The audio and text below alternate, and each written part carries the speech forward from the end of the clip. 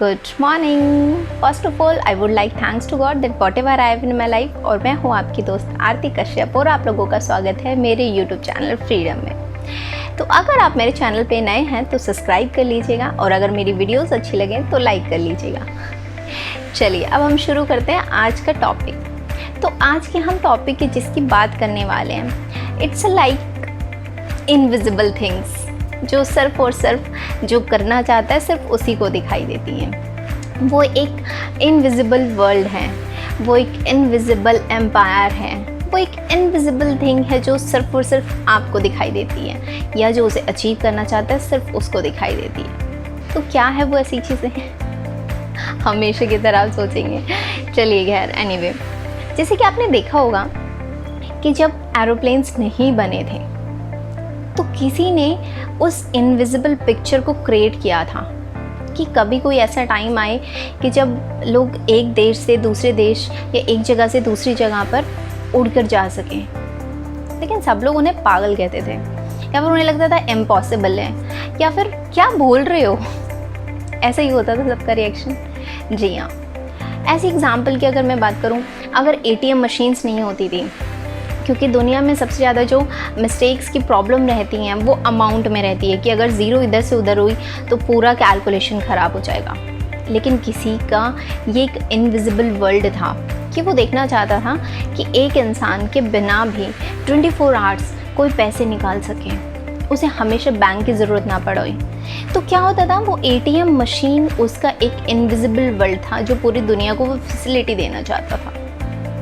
अब ऐसे ही अगर मैं बात करूं कि अगर मैं फेसबुक की बात करूं तो मार्क जुकरबर्ग जी ने कभी तो सोचा होगा ऐसा कि शायद मैं कुछ ऐसा करूं जहां पर सब लोग आपस में एक दूसरे से किसी भी तरीके से कनेक्ट हो सकें, या फिर जिन्हें हम भूल गए हैं या बहुत नंबर गुम हो गए हैं या किसी भी तरीके से हमसे आउट ऑफ टच हो गए हैं, आउट ऑफ कनेक्टिविटी हो गए हैं, तो शायद हम उनसे कनेक्ट हो पाएँ।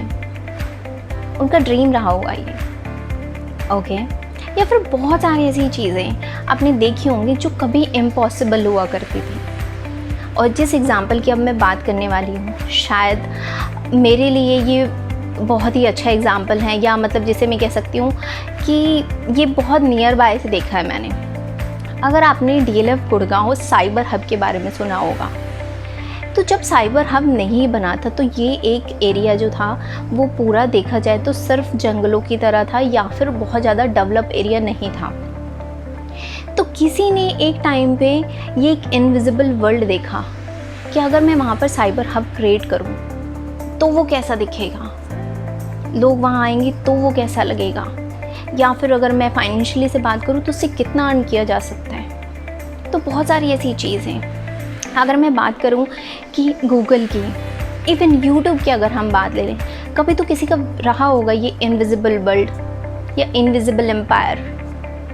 तो क्या है वो चीज़? That's called vision.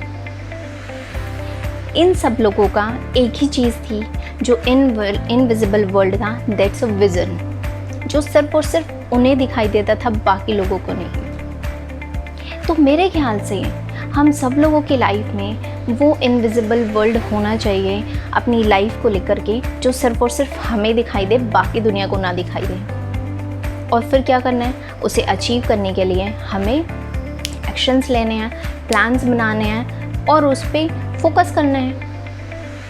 उसके बाद क्या करना है, क्योंकि विज़न अगर नहीं होगा लाइफ में, हर इंसान को एक विज़न, अपना डेस्टिनेशन ज़रूर डिसाइड करना चाहिए।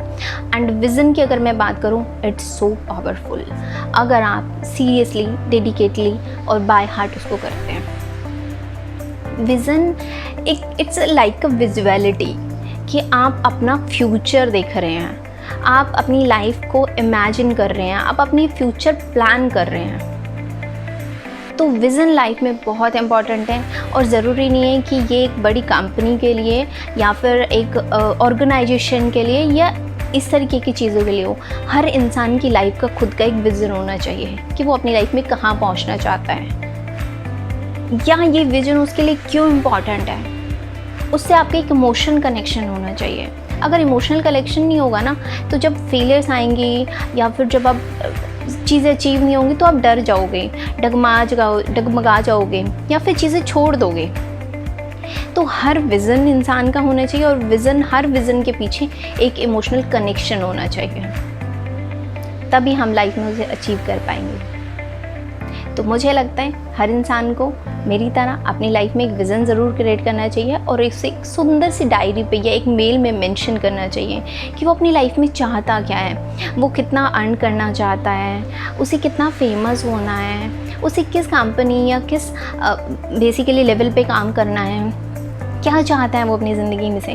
मिनिमम एटलीस्ट 10 ईयर्स का उसका एक विज़न क्रिएट होना चाहिए और फिर उसके आगे नेक्स्ट विज़न डिसाइड करना चाहिए। बट लाइफ टाइम का एक बड़ा विज़न रखो जिस पे हम लाइफ टाइम ये काम कर सकें।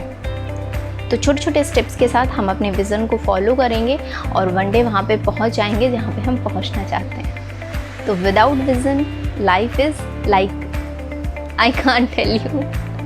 आप लोग सबको इम्पॉर्टेंट है, सब लोग आई थिंक ब्लेस्ड हैं with a beautiful brain, with a smart brain, so you can imagine, you can analyze what you will feel without vision.